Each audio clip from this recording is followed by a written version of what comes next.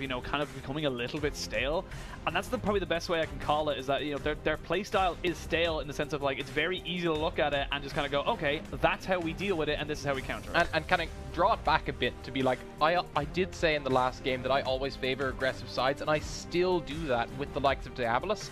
You just need to be able to do that in different ways aside from just going for these big dives. You need to be able to, you know, set up some quick ganks without the mid lane roaming, so you're not giving away that something's about to happen.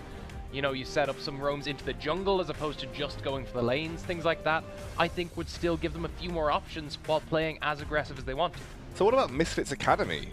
Came in as probably the favorite for the entire competition, have yet to make it past the semi-finals, if even make it to a semi-finals. They might have made it to a semi-finals in the first tournament, but... I think semi-finals first round, I mean, round one. Let's bring it right back to, they lost their mid laner as they came into this tournament, or replaced it with Kenzuke, and they just didn't seem to have a lot of what the way they played around their previous mid laner. Special was, you know, you set Special up, and then Special roamed to the side lanes, your team was then set up, and then you know how to continue forward.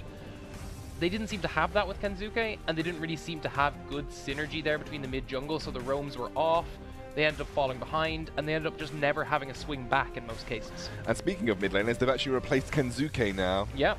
And they've got a new mid laner in. Lighter. Everyone will know him as a Yasuo player. He did have a montage up in the client for those who are looking to learn a few Yasuo tips and tricks. For solo queue. For solo queue. It will likely now be banned against him because, I mean, Yasuo is good and competitive too. Yeah, Sure. Absolutely. I think we will see a Yasuo ban in this particular instance. And obviously now, both of these teams looking forward will have to face XL. We know that Enclave will be facing Wind and Rain. XL will have to face the winner of this. XL arguably having the harder time if they want to be Enclave overall in this competition, but if you want to be Enclave overall, you have to beat everybody else as well. So yeah. I'm sure they'll be looking at this series with open eyes to make sure they see what they can learn. But this is a hard one to call because both of these teams, frankly, have disappointed recently. Yeah. So it's not like I can say one of them is super strong and will outclass the other. They both have not looked brilliant, given the way that we thought they were going to look. Yeah, and I'm personally, I think because of that, lean towards Diabolus, because I feel like they haven't made any major changes recently. It's all about whether Lighter in the mid lane actually pays off. He has a bit more synergy with them, and because he's suddenly joined, I wouldn't expect that. I wouldn't expect sudden synergy to have formed. Yeah, I think it's really funny in this level of play. I think synergy means more and more the further and further you go competitive. At this level, it means a little bit, but I think it just, in my humble opinion, it means less because a lot of the game styles we see are a bit more solo queue-esque in terms of you can see elements of solo queue brought in. But I do agree with you that I think obviously this is going to play an impact on this particular game, and you're right, Diabolus still have that same team that they've worked with throughout the entirety of these Forge Champions. But I think just calling out synergy is a small influencing factor compared to some of the bigger influencing factors we can look at. And I think a lot of that comes down to playstyle from both of these teams. Misfits have used to be the kings of late game decision making. Absolutely monstrous at that in the previous Premiership, and have just done nothing of the sort recently. I mean, to give some context, they were 9-1 in the last Premiership, and then a lot of that they'd lost the early game and then managed to turn it back around. Yeah, I mean, Misfits categorically almost every time lost, or at least went even, but never dominated the early game. Lost it often and came back, like you said. That's probably one of the most crucial pieces of analysis we ever made about Misfits throughout the course of their victories. It's like, we expect Misfits to not do so well early, but we expect them to crush late. Yeah. They haven't done either in this tournament and in Forge of Champions in general, and that's been an issue for them. Yeah, I think the big thing as well is that when you look at these two teams, that they're kind of, you know, they're not, both of them are not living up to their expectations. Diabolus came in with a big roster with a lot of big players that should be able to do absolutely amazing things given them on paper.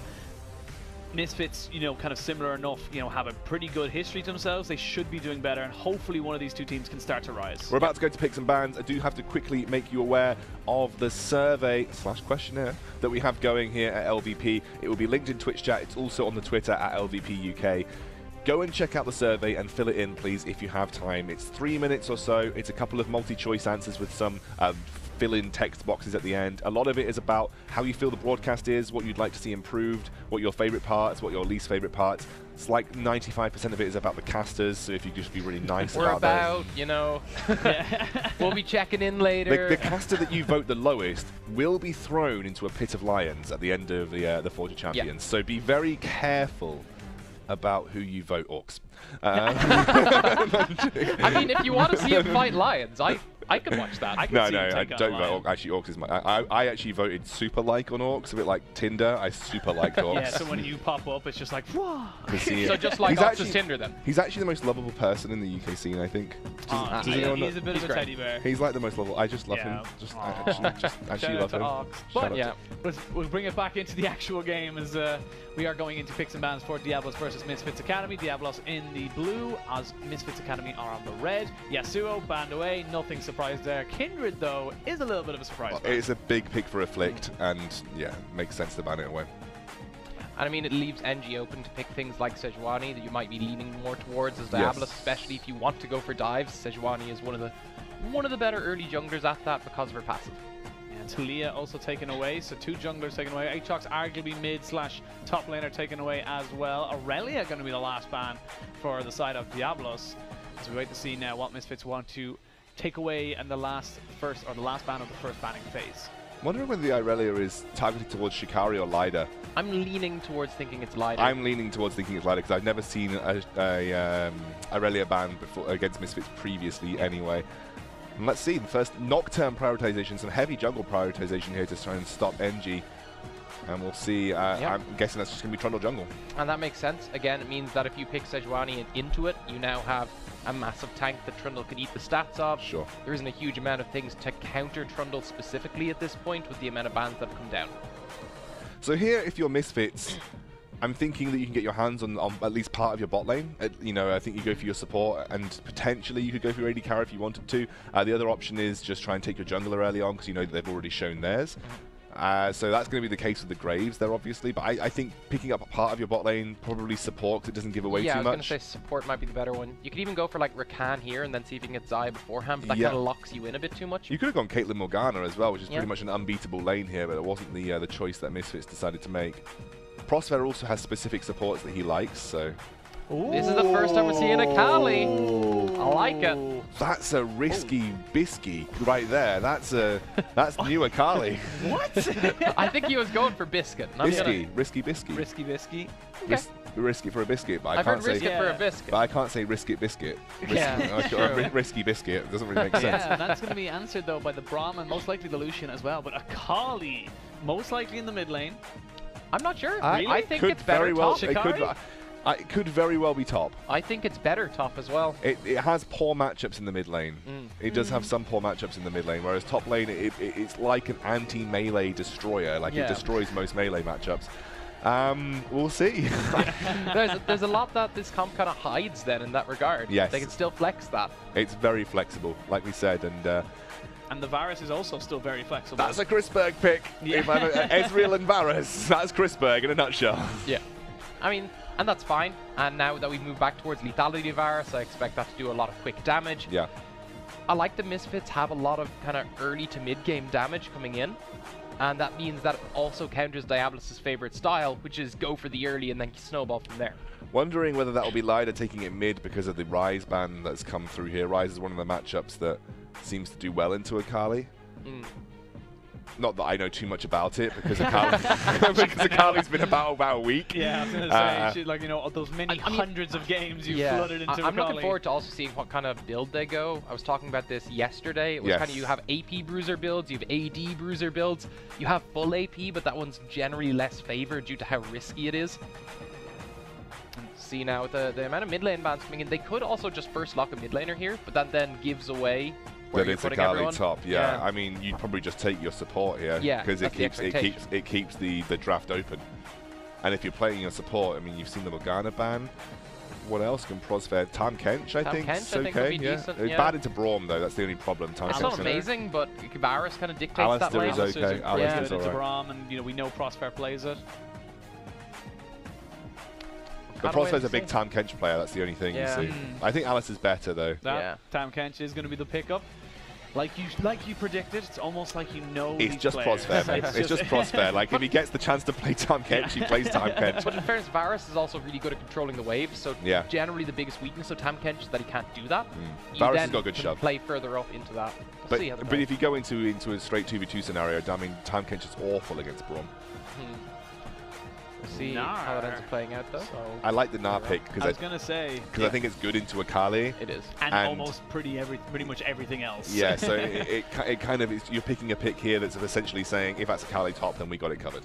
Yeah, and Galio got to be mid. And if that's Akali mid, we can cover most of that as well. Both of these picks are fine into Akali. Yeah. And it's not even like Galio is low damage output. Galio smacks like But this pretty does hard. mean you can counter one of them. Yes, you can counter one of them. But it's better than not being able to counter both of them, which is what that flex Akali was supposed to provide. If I were Misfits, I'd be probably putting Akali mid at this point, because at least I can survive versus the Galio. I mean, the Gnar is going to harass me way more. And I'd be picking up something maybe like Camille. Or that's maybe not Camille. That is definitely not a Camille. Okay. Gangplank the last ban. This is a lot of damage from the side of Misfits. Like a lot. A lot of globals as well. Yeah. Or the two big globals there that I do like. You throw down the Gangplank ult and then you get Tam Kenjin behind them. Interesting. We're just getting trolled a bit. I was very much hoping that wasn't Yeah, going I saw you look really confused. I was like, this looks okay to me, dude. Yeah. But the big thing that I can kind of see is from the side of Misfits is that there isn't a very reliable way of engaging in terms of teamfight. You've got the chain of corruption, but after that... There is nothing. Yeah, like pretty much after that, which in itself is still very unreliable, there is nothing. Whereas on the side of Diabolos, you have a lot of ways to instigate a team fight. You've got some good mobility on Misfits Academy. Like you have the Akali, Graves is fairly mobile. Obviously, Gangplank can give himself some extra mobility. But yeah, you're right. There isn't really much in terms of strict engage. The Siege is good though. Yes. Siege is really good, and that might be a way you bait Diabolus into engaging, and that's where you find the success. Diabolus, they've got great counter engage. They've got great peel back. They've got a decent engage in their own right as well with the Gnar into the Galio comp. Goodness me, sorry guys, I'm hiccupping. Is that an actual 4 teleport Diabolus, by the way? I'm guessing Brom's going to be running Unsealed Spellbook, but... Yep. It's still a lot of global pressure that's answering the global pressure of Misfits. Yeah, I mean, I'm not sure I necessarily disagree with it, but I'm like, if your lanes start going a bit wayward, that starts to really hurt really quickly. We'll see. Especially when you got the 2 ignites as well on the Akali and the Tam Kenjin. There's a lot of kill pressure in those lanes, even in the early few levels, that you just got to be so careful if you're on the side of Diabolos that you don't... You know, we talked about, kind of Diabolos loving early game aggression and going super hard, and we talked about Misfits loving late game. It's like, they've completely switched. It's like, it's literally just been the complete opposite. Misfits are looking for the super aggressive early game, whereas Diabolos are going to try and quell that a little bit and just kind of like, look towards those big team fights. Yeah. I mean, to an extent. I was going to say what Diabolus' comp does do early is it dives really damn well with the Galio. It also spikes earlier. Like, Lucian is a great 2-item carry. Galio is fairly decent spiking in the mid game. I actually look at Misfits. I got Gangplank, Varus, who's decent 2-item carry, Graves and Akali. I mean, that's a late game, fairly late game scaling composition. I mean, Gangplank makes it a decent late game composition in his own right. Yeah, Gangplank and Graves, I would say, are the 2 later ones. Akali, I'm not 100% sure when her spikes are. It's difficult to say. Like, I'm not sure either. I've seen her do really well in the late game though, so I don't want to like rule it out just yet. I mean, it's because she can become a bit tankier as well. And the mobility becomes a little bit more annoying. Not gonna lie, I'm holding my hands up. No idea how Akali matchups go or what her spikes are at this point. I'm just very curious because Misfits back in Prem Spring, they picked up Kai'Sa because Chris Burke was convinced that this champion on release, broken, you pick it first, pick it, no problems at all. I'm worried that the Akali is falling under that same thought of like, broken. It's like, but you still got to be good at it. I don't know, Lighter... It's a Lighter pick in my opinion. Exactly. Yeah. Like Lighter, he's a Yasuo player and solo queue. It's a very solo queue player. I feel like Akali falls under that. I think he's probably put hours into this Akali. His Yasuo probably gets banned quite a lot. He's had to find other things to sort of fill the same role. I think the Lider has likely had a good number of hours, probably infinite more than me, because I've got 0 onto Akali. Hopefully he has, if you're a Misfits fan. I mean, all I can tell you from my trying of Akali is that her jungle is not good. All I can tell you is I'm really bad at her. All I can tell you is that I'm very bad at her. Having not put any time into her, really bad. And you look over Diabolus, and you've got Lucian, which is a good pick for them. I think the Galio obviously provides great teamfight protection against any kind of dive that can happen, and burst damage as well. It can also protect against. I mean, the safer composition is Diabolus.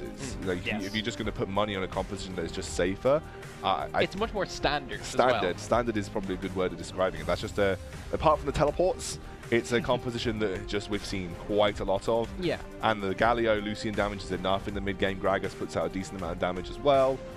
I would say 3 of those teleports are standard. The extra one on Braum is a bit overkill. I was, but I assume that's unsealed spellbook. But I'm assuming it's unsealed spellbook. I was going to say that can also indicate to a very early level 1 because Braum has got a very strong level 1, and if he goes in, they don't get anything, he's fine. He can literally just TP back to lane. He hasn't lost anything. It can be an early game advantage, and then you just never pick it up again off the. Ever since the teleport nerfs, I wouldn't say it's standard for Lucian though. That's the only difference. I think. Yeah, I mean, we've seen a lot of competitive teams stick to the TP in the bot lane. So it's still starting to show up. You're actually seeing even on PBE, they're starting to buff heal, try to get more people back in there. I mean, teleport is just such a good spell. The problem with teleport is it just allows you to have such cross-map impact in a game that is super macro-orientated right now. That's so important. And even if you can look at the things like once you start a TP, it often just forces people to back off and engage that was going their way, and then you can just cancel it. Agreed. So. But yeah, so let's get some predictions on this series, boys, before we move in. I'm leaning towards DIABOLUS. I mean, I love Akali, but I'm gonna go 2-1 DIABOLUS. Safe pick. I'm gonna go 2-1 Misfits, mainly because I do think that DIABOLUS are just leaning on that hard dive situation too much sometimes in their compositions. But I'm also gonna call that Misfits lose this game, and they then go two in a row. Okay. I'm getting back onto my, the best of 3 reverse sweep. Yeah, the best of 3 reverse sweep, which isn't really a reverse sweep. But yeah, I think Misfits lose this one, but then take the next 2. Okay, for sure. And interesting to see Flaxish on something that isn't quite so out there. Yeah. The Gnar is something a bit more standard. And I mean, he's played a lot of Mundo too. Yes. But has a lot of carry potential though as well. I like Gnar because of the versatility of the amount of builds you can go with him. You can go team fight, which I expect with the way this game is playing. Or if you decide we're just going to leave them as the 4-man comp, you can go full split push. Into Gangplank, I don't see why that would be necessary really. I think you'd want to just go team fight and outfight him. Yeah. Well, we've got a hashtag that you can use to get involved, and we haven't actually asked you a question tonight. So before we jump into this game, these guys can't think of questions, so I'll think of a question for you. So on hashtag Forge of Champions 4, let me think. If you, well, I think if you can control LVP for a day, LVP UK Twitter for a day, what would you tweet? Just champion quotes, obviously. No, you make that man's life hard. No, I don't. Yeah. Just he loves it. It's like internal banter now. Trying to think of something that's relevant, like I'm trying to do like a okay, I got one. If you had to pick 3 songs for like a game of League of Legends that you listen to that will get you ready to win, what are your winning songs for League of Legends? If you're playing a game of League of Legends, I want to know what your winning songs are with the name and the artist, and then we can compare it, because we also have a caster slash UK Spotify playlist that LVP have put together, which you can find on the LVP Twitter somewhere, and then we'll compare. My winning song was the same as pretty much everybody else's winning song, because everyone tried to pick the same as me, but luckily I got it. So guys, I want to know what your winning songs are as we head into this game between Misfits Academy and DIABOLUS. Thank you very much. I mean, I have two songs. Yeah, pretty much. I mean, I'd go Thunderstruck, obviously, and then Welcome to the Jungle, naturally. Oh, that's a little bit classic, mate. You're too classic. Yeah, I was going to say, mine's like...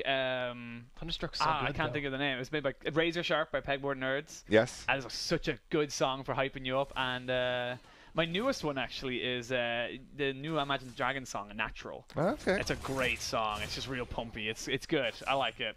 Also, Flying Purple People Eater by Pegboard Nerds. Mine are a bit more weird. Yeah, what do you got? Lone Digger? Like yeah, everyone else? Everyone else has Lone Digger. Okay, I've got difference. So what's the I can't remember what the song title's called now. What's the difference between you and me, Dr. Dre? I know the one you're talking about. I can't think of the title, I know what you're talking about. But anyway, I'll talk about it later, because we've got some action here, boys. Let's get on with the game. Yeah, we will get back into the game. We'll come back to the songs later. I'm just watching Akali and trying to get a good feel for how this laning phase goes. So far, it seems fine for Zet. Yeah, I mean that, but I think the big thing is that it's just constantly playing forward. A lot of her damage is locked into her passive as well, so you need to see how Akali's kind of queuing and then walking backwards, trying to proc the ring, and then run back forward, get that swinging Kama for a good chunk of her early game damage at the very least.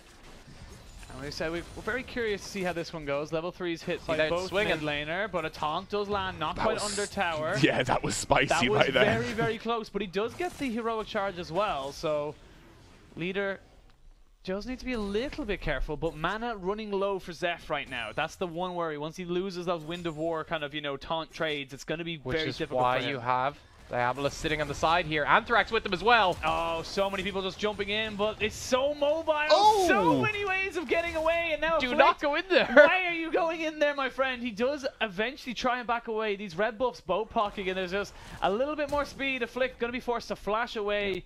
Flash is burned by both junglers, both mid laners, and both sides get out scot-free. I don't think he saw Anthrax, or if he did, I think he was just trying to go for the quick kill.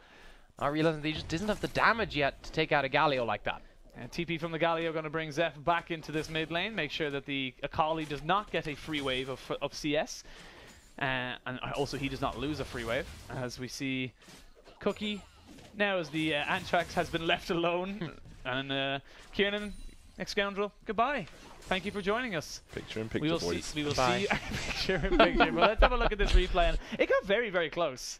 Yeah, and you can see here, Zeph starts playing up, is trying to put down the damage, trying to do what he's been doing all lane, but has now run himself very low on mana, which, as we were saying, was a good time to try bait forward that Akali. Goes to the pick. Pillar not doing much after Lighter flashes. And then I think what Afflict was hoping was if that Q landed for the E back in from Lighter. I don't think Lighter wanted to do that, though. And this is, again, coming back to potentially that little bit of lack of synergy showing up in the early game. Or potentially it's just a little bit of greed coming out from Afflict, trying to think he can get that kill with his electrocute. Yeah, we got a little bit of a sneaky scoundrel right at the end there. It was just like, and there he is gone. But coming in now to 5 minutes, pretty even. Both junglers obviously trying to focus in towards that mid lane. We actually see Gangplank have a pretty sizable lead up at the top side, which is answered in the mid lane by the Galio. Galio having a nice time, arguably, against this Akali, and that's kind of to be expected. Like we talked about how Galio does have pretty decent early game damage, and taunt does land. Zeph has got the level advantage as well as a bit of damage, but now it's Crossfire's turn. We're going to see now double TP invested, as Lighter has no flash and actually gets it devoured, and that's a lot of global pressure now down for the side of Diabolus with no real kind of win. I am so surprised they finished that TP. I was so sure that, I mean, at least one of them would cancel and just stay bot lane, but I guess they thought they could get the quick kill, ignoring that Tam Kench exists as a champion. That was a strange call from Diabolus. Yeah, very, very strange indeed. And I want to see exactly how this turns out now. Shikari forced to flash out away underneath the turret. Flax is still tanking though. I'm not sure there's the way to play it. Here's the Galio though, and first blood goes over to the What is happening right now? Zeph, where are you? Zeph! Why are you underneath the tower? He has no flash to get this taunt. Actually, a lie. It's a double taunt. They will not be able to get Shikari, though, because he's going to eat an orange and he'll BK. And now the Graves Afflict, able to keep pushing down, able to keep putting down so much damage. Ooh, that was close. I thought that last auto hit, yeah. I thought it did it, but unfortunately it wasn't quite in range. His auto attacks are very different to most AD carries or range carries. And then they do get out just about, but disaster for Diabolos. Kind of like to change my series prediction right now. No, hold on. I think there was a lot of bad calls there by Diabolus in a row. The 2 TPs mid, on top of the fact they didn't decide to go for this dive with a level 4 Trundle against a level 6 Gangplank. He actually hit level 6 as the Trundle died. It gave him enough experience. It was 4v5, but then as soon as the level 6 game's in, he drops down the Cannon Barrage, and there's just no way of ingressing on that. It's still not great. No, like you got his flash. You don't have the damage yet as the Trundle, which is strange to say, because Trundle's early game damage is quite good. You're better off just holding off just one more back. You got his flash. Just go straight back to that lane and dive him again. And Flash just even tanked like a little bit more as well. You saw him just tanking a little bit more, trying to give NG that little bit more time, but it's a Gangplank. You gotta be so careful with the Gangplank, and that's a waste of a Galio ultimate as well, because they didn't come out with a kill on it. That dive potential, that early dive potential that Diabolos love, it's just not really there now for the next few minutes. They need to slow this game down. We talked about that, how if you didn't know Diabolos, you might say that's a good strength of this comp. They can slow this down and still win, but let's have a quick look back at the first blood, because that was just a mistake. Let's follow up with this. Okay, so they get the damage down from Flaxish, and now they decide, okay, we're going for the dive anyway. right now is when you disengage. Because right there was when you knew you didn't have the damage for Shikari because of how much regen he had. And instead you end up forcing everything and giving away first blood to the Gangplank you were trying to dive. Yeah, and Gangplank now going to be able to put down so much hurt onto Flaxus that Ninja Tabbies and Sheen just gives him so much early game protection as well as damage that the trading potential for the Gnar, which we thought would do fairly decently, is just not there. I mean, it did, right up until the point they gave him first blood. It's almost like they were winning until they lost. Yeah, and now... Ryder, though, going to find Antrax and going to find Cookie as well. They're going to drop in Pink Ward, but that's not how it works, unfortunately. Not even towers reveal where Akali is within the Shroud, which is not stupid. Well, but does burn the flash, and that is the flash down again for Lighter. Okay. Yeah, so there was a kill we missed just there. Akali actually picked up one just before this. So have a quick look here. You can see Zeph gets jumped on. It's actually, I like that you saw Lighter walk in front of that to make sure Zeph couldn't get away with an E. Force him to E back in, and then the ult damage is actually what Akali really needs to secure most of these kills. Should be a little easier to get it competitive because the game's a bit slower too.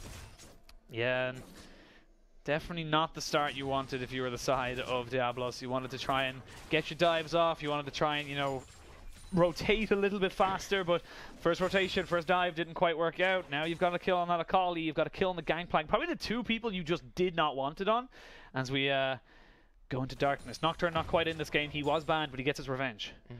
Just call it the Kali Shroud this time around. Yeah, yeah. Actually, we don't see anything. As soon as she uses it, we all go dark. But yeah, we're back in. I mean, fairly standard builds across the board. The Bork on the Varus means you might be leaning towards a more attack speed focused build. You're up against 4 tanky members, so I guess that makes sense in this regard. Flaxius has got flash available. TP is also there. Flaxius going to try and get onto his ultimate, but it's just not going to be enough and not enough time. You can see what he was trying to do there. He was waiting for his ultimate because the TP then comes in. They're able to get something off with Zeph, but just 4 teleports cannot save you in this map. No. So it is Misfits completely in control right now. 2k gold lead, and it looks like lane leads all over for these guys. Yeah, and apart from the duo lane of Lucian Braum, which naturally is a very, very strong laning phase, it's still going relatively even, so it's just not looking good for the side of Diabolos in this early game. It is only 10 minutes in.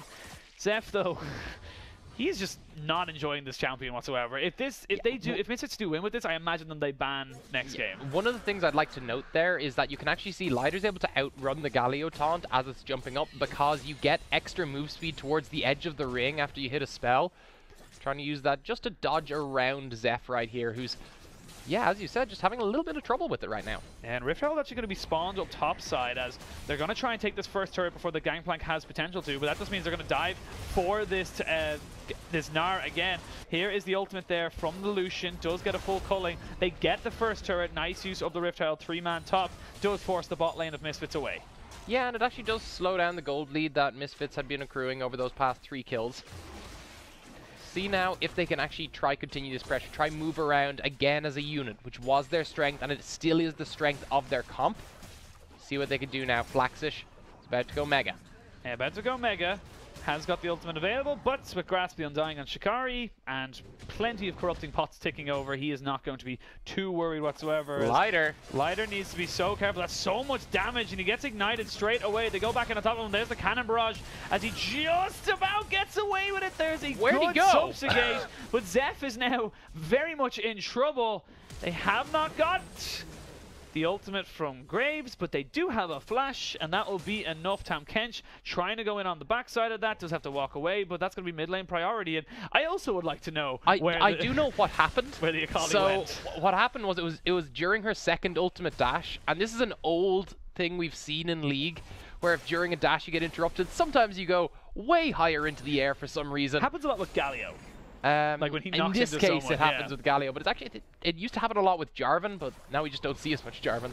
Oh, sad boys. Yeah, let's have a quick look at it. Yeah, we'll have a look and see exactly how this kind of comes in. But that's just okay, so you can see much there's damage. actually a lot of quick damage. This is the full Akali combo that you're expecting. Here's the second ult, and up you go.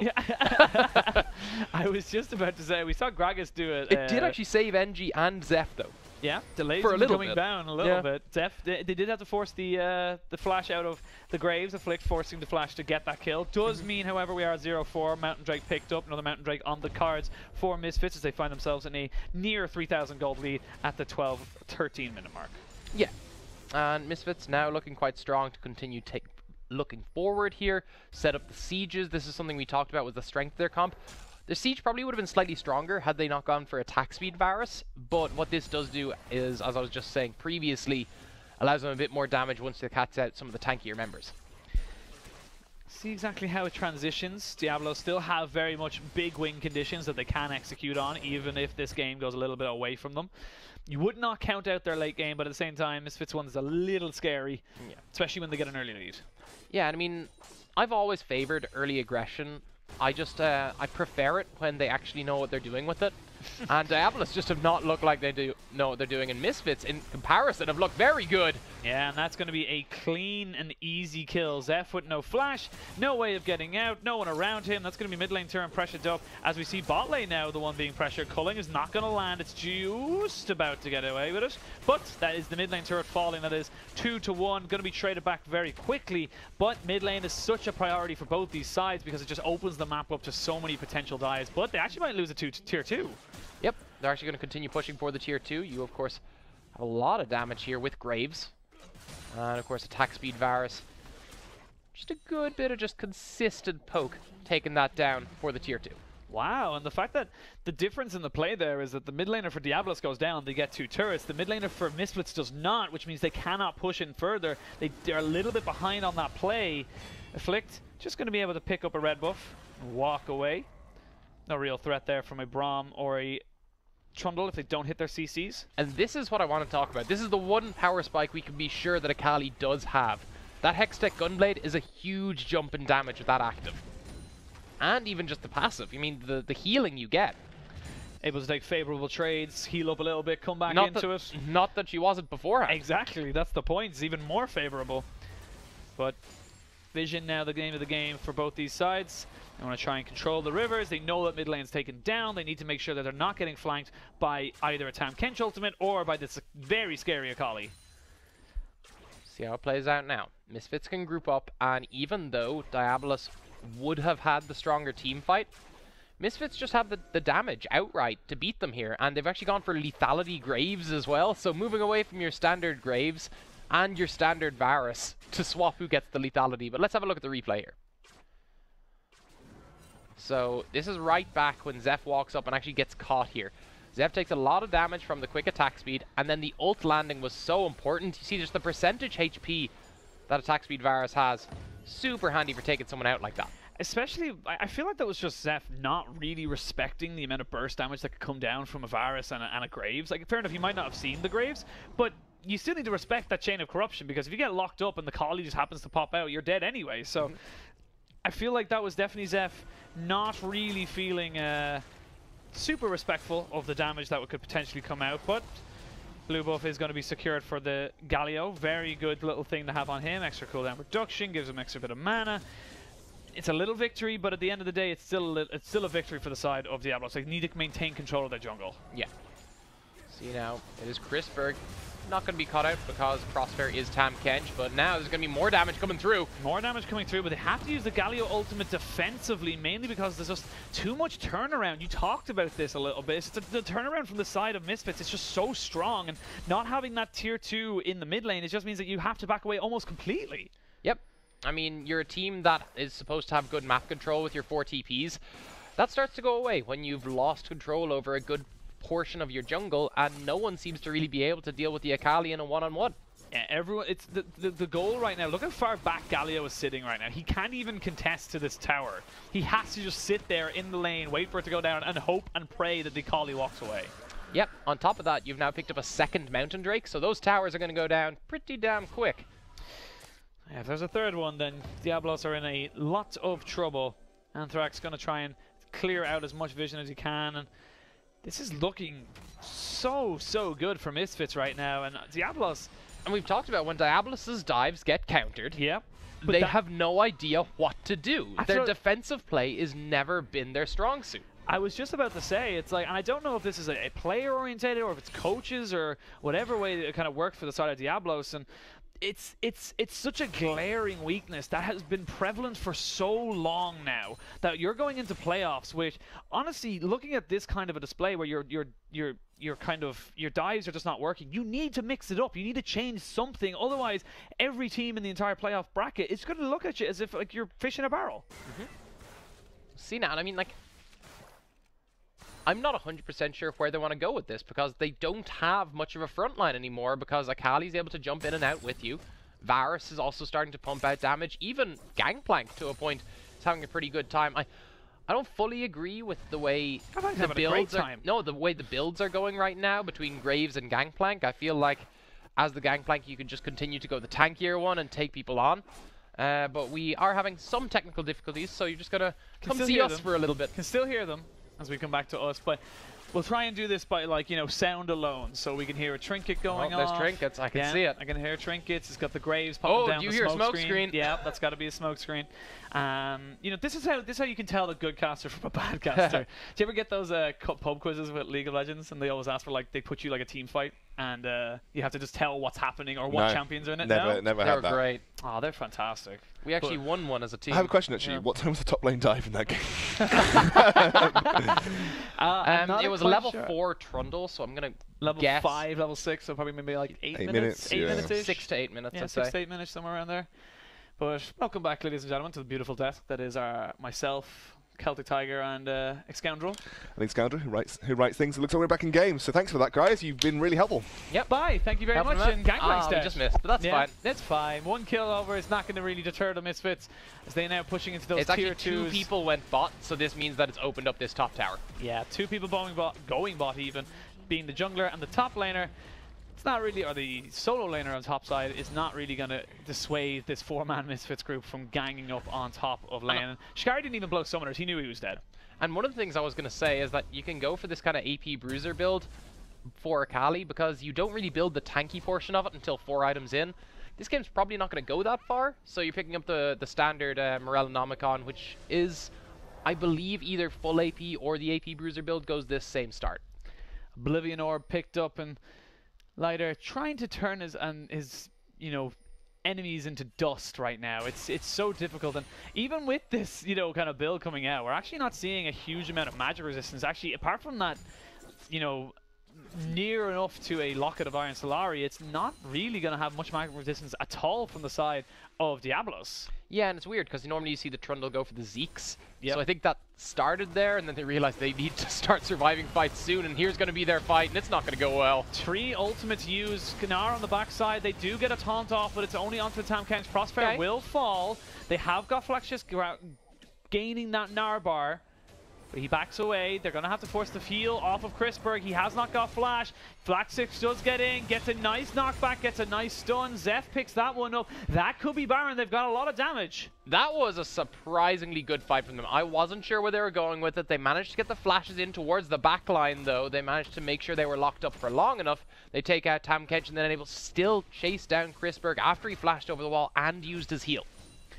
Very nicely done from Diabolos. They're not quite out of it just yet. Those 2 nice kills do kind of give them a little bit of gold. Gets the tempo back in their lane, kind of their favor. Gets them a nice little bit of CS.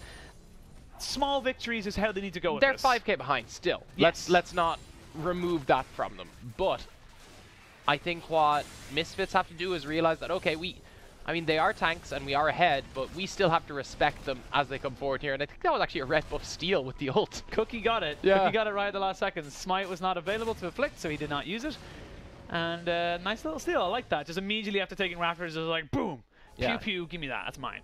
Nice. Now it's going to be the classic trades that we've seen time and time again, where you go, okay, you just lost the tempo. You put down all your wards. We're going to take them away. We're going to put down our wards. Fairly standard stuff coming out here for Misfits, who are now just going to try regain control of the game they had pretty much fully in their control. And why is this always a push and tug, could you tell me, of like the Baron vision? Why is it always a you put down your vision, we leave it for a second, you put down your, you know, it's kind of a swap for swap. Why does that always seem to happen with these top tier players? I mean, what happens is you don't have the momentum, you put down all the vision you have, you either are strong enough to defend it, which means you have to wait for them to walk forward, which is where you see the death brushes set up, or you walk back and they walk forward and clear it. I mean, most top teams, they just start throwing down the trinkets so they can see if you set up a death brush, and then they're able to just walk forward, set up their own vision, and you end up with things like this. Just a toing and froing as Shikari now with his Yomu is going old school Gangplank. Old school full damage penetration. I imagine a GA to come out of him fairly soon as well. I mean, potentially. I was expecting maybe the Sterex, especially considering you can see how these fights are going, but maybe they're just trying to get some flat damage so they can actually take people out in these fights, not just rely on Barris. Yeah, actually Tamkench gonna use his ult in the backside now to try and jump on the Cookie. Good flash away, good to full culling, but where are you going to go, my friend? There's nowhere for you to be. Trundle gets eaten alive. They're gonna jump onto Braum on the box side as well. He goes down. That is most certainly Baron. Flaxius, no TP. Zeph, no TP. Nowhere to be found. 5-man jump into the mid lane. Baron on the cards. Yeah, it's gonna be Flaxish settling to see if he can go for that Mountain Drake. With the Gnar, should be able to get that double quick enough. They take this so quick. Yeah. I kind of want to see whether Gnar is going to be able to get that in time. Yeah, they're all going to back here, so he is. That's fine. That is a very loud recall right there. Yep. That was super, super loud. But they are going to pick themselves up. Yeah, they get it. A consolation Mountain Drake stops the triple. Wait. Oh, no, I know why they got it so quick. Zeph ulted in for it. Oh, I understand now. He actually ulted on top of the Gnar because he was like, well, I didn't use it last time, so. Yeah. But big fight for Misfits, and again, Diabolos with these big names, with these big players, with these team comps that arguably should do fairly decently with the comp they want to go for. Execution's poor. Yeah. I think that's been the name of the game for them. Most important, I do also want to credit Misfits. They countered it surprisingly well. There was the solo play, obviously, when the top dive was questionable. And then you had some other lanes where people were just quick to respond. Misfits have been playing well, and they've been rewarded pretty heavily by Diabolos coming into this. Yeah, 8 kills to 3. It is a 9,000 gold lead, and honestly, this is kind of what we expect from some of our top teams, is that, yes, the kill lead isn't huge, yes, the tower lead isn't huge, but because they've had so much pressure for so long, their gold lead has just been escalating so far ahead. It doesn't matter if you're not bleeding out kills, you're still going to bleed gold. Yeah. Now we're going to see. It is them being able to take one more tower. They're just going to siege up. I don't know if they can defend this. Their wave clear isn't great. It's kind of reliant on Galio, who's just gotten caught up and forced to go golden. Stopwatch has been used, has no Zhonya's though, so Cookie gonna try and jump in onto this Gangplank. Gangplank again. Shikari gonna be the sacrificial lamb. Drops down the cannon barrage. Goes golden. Now Tamkench though is here. Rest of the team is coming in, and Afflict able to pop down so much damage. Chrisberg picks up that one right over the Glacial Fissure. And this is, it's like you talked about, the globals. The globals are actually pretty damn important right now because Tamkench was able to turn that one around so quickly, and that's going to be an inhibitor cracked open on the bot side. That was really nicely played. The stopwatch baiting them in as far as they could go, and then in comes Tamkench, turns it right around. Very cleanly played. I like it from Shikari. Yeah, this is a super clean game from Misfits in general. They're going to pick up 2 inhibitors at 6 minutes. That is pretty huge for a team that is honestly just rolling away with this game, and Diabolos are a fish out of water. They have no idea what to do. Yep, and they can just reset, and now we all group top. We are the stronger 5-man at this point as well. Once we don't get, like, flashed into our backline, and even then, as long as Tamkench can save us, we win fights. I don't understand what's happening to Diabolos. It's exactly like you said. You are a soothsayer looking into the future and just kind of saying like, no, once they don't get their dives right, they just fall apart. And it's exactly the same thing happening here. Yeah, I mean, it's very easy to predict the future when the same thing keeps happening over and over again. History repeats itself, unfortunately, for the side of Diabolos and their fans. But they're looking for a death bush, but why would they go there? I was going to say, there's no Baron, there's no mid lane inhibitor. Afflict backs up. I mean, he's just going to play towards topside, surely. You have to put in that very tentative surely. But now they're on the wrong side of the play. They're going to lose topside turrets pretty damn soon if they don't react. And I get what they're trying to do, but there's no reason for anyone to be there. Yeah, like they'd been better off setting up on like the wall behind Like the here would have been plant. really good. Yeah, something like that. And then they would have put up the over there. They don't quite get it. Flack's just gonna go mega even as he tries to jump in. He potentially has goodbye. I was gonna say he had potential to try and go for a Gnar ultimate, Gali ultimate in, but just not enough. Taunt there onto the Akali, but Gangplank is ending the game. Gangplank is canceling the backs. They're just gonna stop them from going back here. He gets one Nexus turret. He's probably gonna get 2 Nexus turrets, and Shikari is going to single-handedly give this game with Tam Kench on throat. That's it. That's game. Misfits are probably going to win this. Diabolos dismantled, destroyed, and honestly, not a hope or a prayer to really do anything with this game.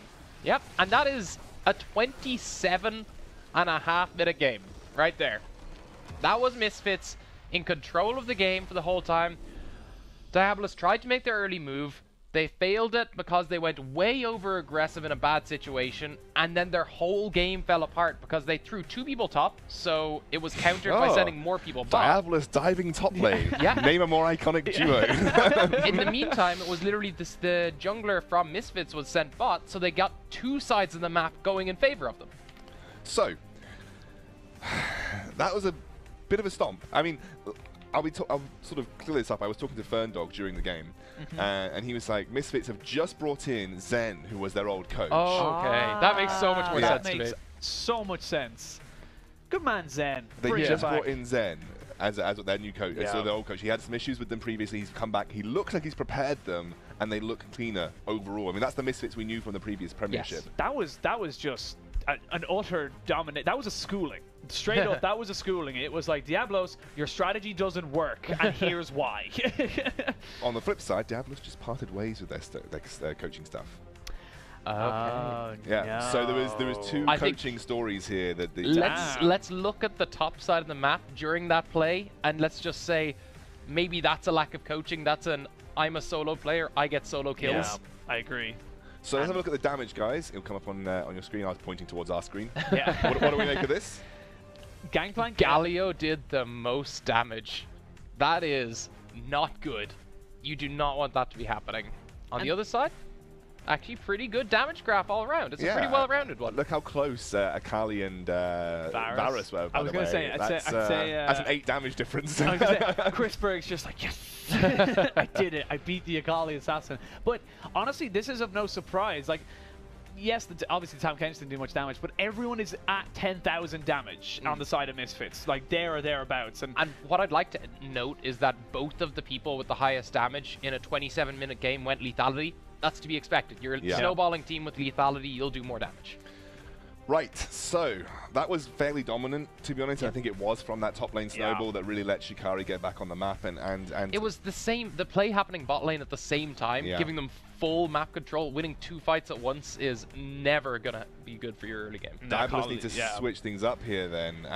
What is it they need to change? Top lane dives? They can't deal with Akali either. I don't think they could deal with Lider, because they banned 2 things probably away from Lider with that Yasuo, and I expect the Aurelia as well. Yeah. I'm not sure they could deal with him. I think he's a great person to bring in because really Diabolos are a very solo play. How much did they commit to him in the early game, by the way? Oh, so much. That was ridiculous how much they committed, and he still got out. He didn't die once. Yeah. Oh, sorry, I lied. He died once right at the end as they were just trying to go for the team fight. He almost got a 1v3 off in the early game.